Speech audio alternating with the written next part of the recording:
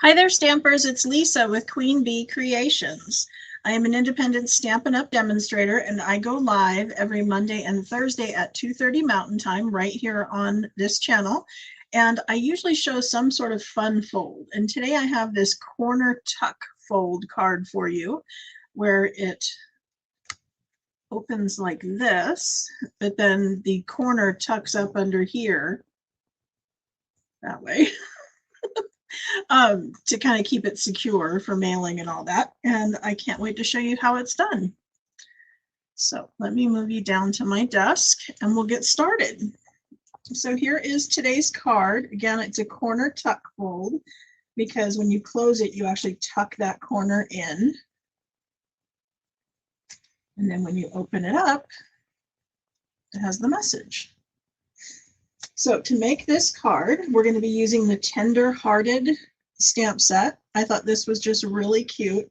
And I loved this little saying of, I'm proud to be your friend. It's got some great sayings like, I'm here for you, be kind to yourself, we believe in you, take care of yourself. I love the sentiments. I think they're just awesome. And it's a cute little font. And then of course I thought these guys would be fun to color, but not everybody loves to color. So today I'm showing it where we're just stamping it in a color and not coloring it in, and it looks just as cute. So I have the pieces already pre-cut. So we are starting with this piece, which is, actually what this way, it makes a little more sense. It's 8 inches. You can't see my little thing. 8 inches, scored at 5.5, and that's leaving this extra piece.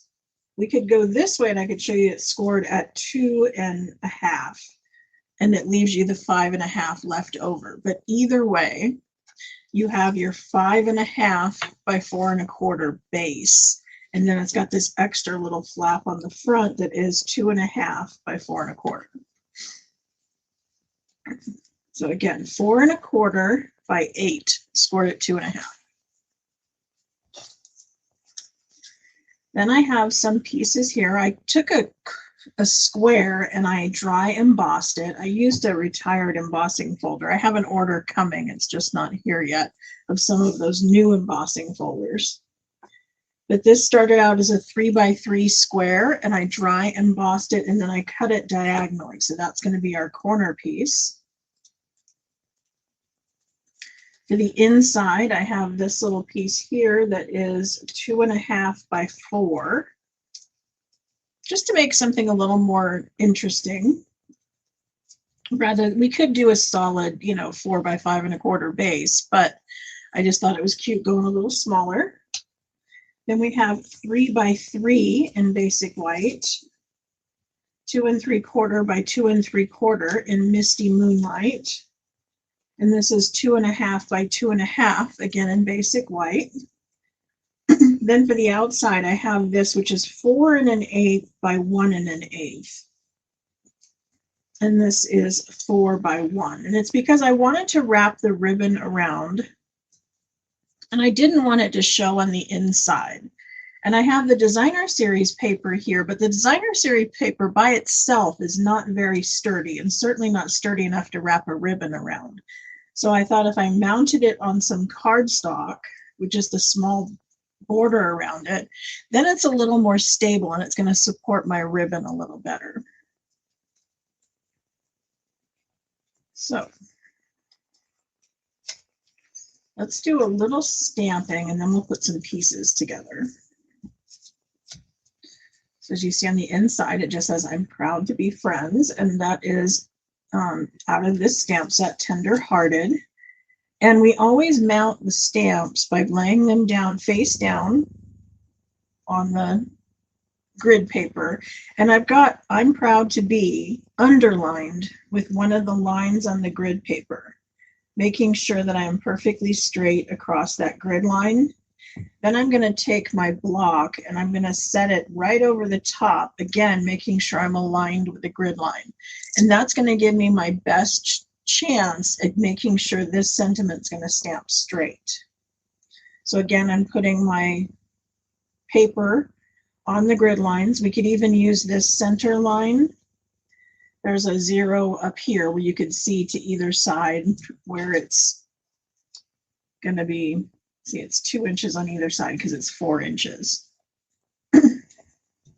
So down here, I can use this, and I'm laying it on that grid line, the center piece, to know where my middle is. Does that make sense? That makes it, again, a little easier to line things up and know that and then this would be absolute center. If you wanted to put it here and you line up this in the middle and then this one in the middle, and then you would know your absolute center. But I mean, some people look at the grid paper and think it's just to catch the excess when you're stamping off edges and stuff and keep your desk area clean, but it's actually quite useful. And we do sell it in the catalog.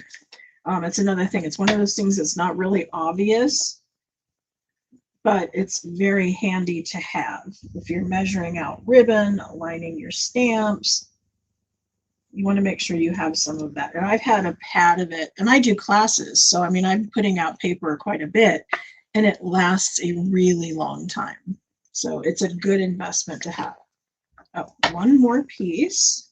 I'm going to stamp that smaller square on the front with our little friends. I even like that they're boys. We have a lot of girlfriend things together. But the fact that these were 2 boys being friends, I thought was cute.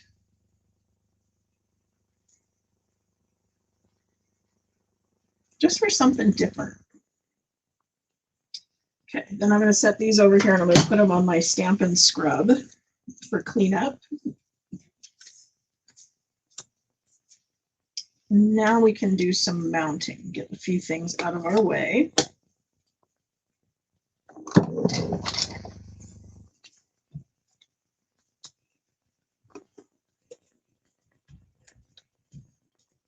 So I'm using the Stampin' seal, and I'm giving it kind of a little check mark at the end, or rolling it over, something to ensure that when I am applying the adhesive, it's snapping off at the tip up here, so that it's always ready to go on the next time around. And again, I'm not using very much. I don't know why some demos use a whole lot of adhesive. I don't, and I've never had my cards fall apart. So I'd rather save the money and buy more stamps than be buying lots and lots of refills for my Stampin' seal.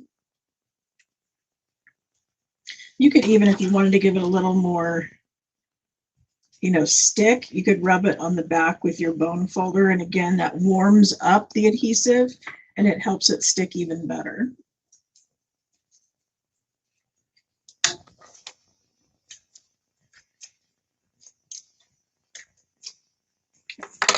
This one I'm going to stick on the inside. I'm going to center it on the up and down, but then I'm going to give a small little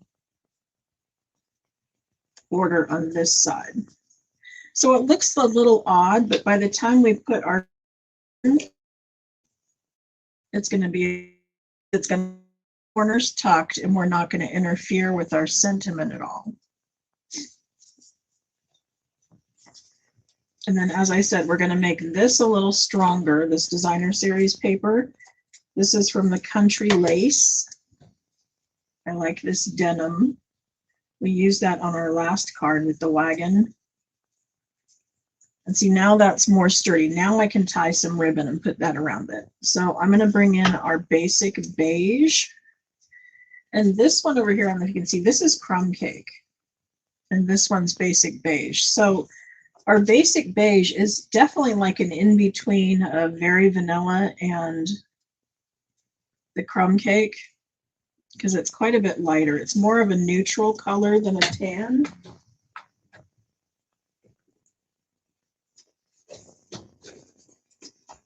I'll show you. Where's that one?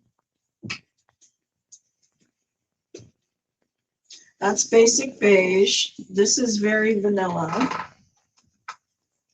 And then this one's crumb cake.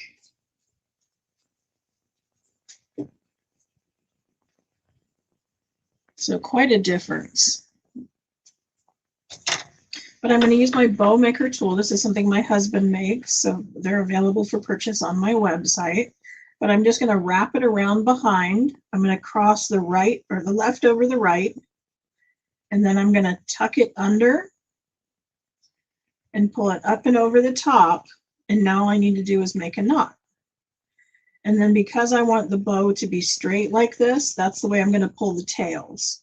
So I want my tails coming out of the knot straight across rather than down at an angle. If I wanted these to have tails that hung low, when I tightened the knot, I would be pulling them down at an angle. But these are going to be straight. And I'm going to just leave it a little bit extra to hang over the edge. And you probably want to have a different pair of scissors for your ribbon than you have for your paper, because cutting the ribbon with these scissors will dull them for paper, just like using them on paper will dull them for ribbons. I don't know why they're so different, but it definitely wears the scissors differently. So when Mom said don't mess with her sewing scissors, she knew what she was talking about. And you can even just get a separate pair of snips and maybe even just tie a ribbon around them so that you know those are the ones that are used for ribbon. I put a glue dot on the edge and I'm just gently wrapping it around. I'm pulling it kind of taut, but I'm not bending the cardstock. And then I can bury them back in here. So now when I run my adhesive over it, it's going to hold it in place and it's going to hold it to our card. So now I can bring this in here and I'm just giving it 1/8 of an inch border, something really small, and adhering it far to the left. And then this is going to be able to mount there and we'll tuck under the corner there. So let's put this one on.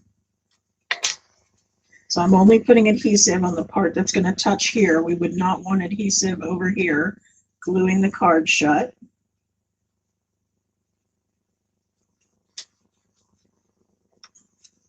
Now for the corner, what I want to do is I want to have this on here raised, and we can do that a couple different ways. I did this one, I believe, with minis. Yes, see, I have mini dimensionals under there, and I just put one in each corner. The other thing you can do is this is a great use for our foam adhesive strips. I don't know if you guys use these things. I think they are fabulous for things like shaker cards and things where you need an edge, and they're very narrow. So when I can put them on the back of this, they're not going to take up much room. Whereas if I was to put a full-size dimensional on there, we'd be taking up much more room, you know, going into the center of my triangle. These keep it very narrow and off to the edge. And I'm only going to do the 2 edges because, again, I want that area open for where the corner is going to tuck into it. And you would be proud of me. I am quite far ahead in planning classes for the upcoming lives that I'm doing. I really liked the feeling I had when I was ahead for my surgery. I didn't have to be pressured with what am I going to go live with tomorrow. And so I've got the next like 5 cards all designed and pre-cut and ready to go. Okay, so I just set this right on the edge. And you can see it's got the foam adhesive strip just between the 2, giving me room to tuck that in. And then the dry embossing on there just gives it a little bit of extra interest. So what do you think? Pretty simple, right? It's something that's a little bit different, but still, you know, impresses somebody when they receive it on the other end. The card I'm going to be doing on Monday, you're going to love. We're going to go back to doing something a little fancier. And it's this one right here. It opens up like this. So you definitely want to come back on Monday when we make this one. It uses the Spotlight on Nature stamp set and dies. And I used the two circles. I don't know if you can see, but I've got another circle underneath. They're exactly the same size, but it gives it just enough interest that you can see it through the holes. And again, this is one of those stamp sets that I could have colored, but I think is just as pretty without the coloring. So that will be Monday's card. And that card is actually featured in my book, in the Fun Fold tutorial book. It's in here on page 54 to 56. And so in here, I've got all the diagrams and everything that you need, the full directions for putting this card together. So there are 50 different patterns in my Fun Fold book. And I'm almost ready with book number 2. I have my gal helping me with it, and we have gone through our first draft of editing and hope to have that out at least by July, if not sooner. So, oh good, Wendy said she got the book and she's loving it. The book is $50, and then you can have it printed. It's downloadable for $50. You can have it printed for another $19.50. That's the printing and shipping. And it's available on my website, which is queenbeecreations.net. And then in the store. And you can find my other tutorials there as well. And normally I sell 6 tutorials for $10. But when I put them in the book, it works out to about $1 a pattern, which is actually fairly cheap. So thank you to everyone who's been here. Hopefully you are in there entering hashtag prize patrol. That is how you get entered into the drawing, because I'm going to be spinning a wheel and picking someone to be the winner that I will be mailing them the card. So it has to be all one word run together with no spaces. So the number sign or hashtag, and then prize patrol, all one word. And I'm going to remove my desk and add our wheel so that we can give this thing a spin. I'm kind of stalling a little bit in case anybody's feverishly typing in the background. Hopefully you've got it all entered.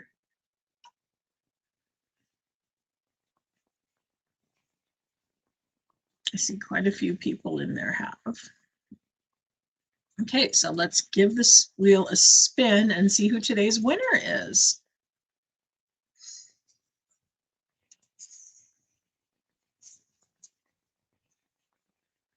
So there we go. Wendy is our winner. Congratulations to Wendy. I will be mailing out this card. You know the drill. You want to go over to my website, thequeenbeecreations.net, and then up there in the address bar, you add /prize patrol into the URL, which is the name that you type in up there, and that will direct you to a Google form where you will give me your address so I know where to mail it to. So thank you to everyone who's joined us, and I look forward to seeing you all back on Monday as we work on a fancy fold card that is truly very fancy. So I'll see you on Monday. Thanks. Bye.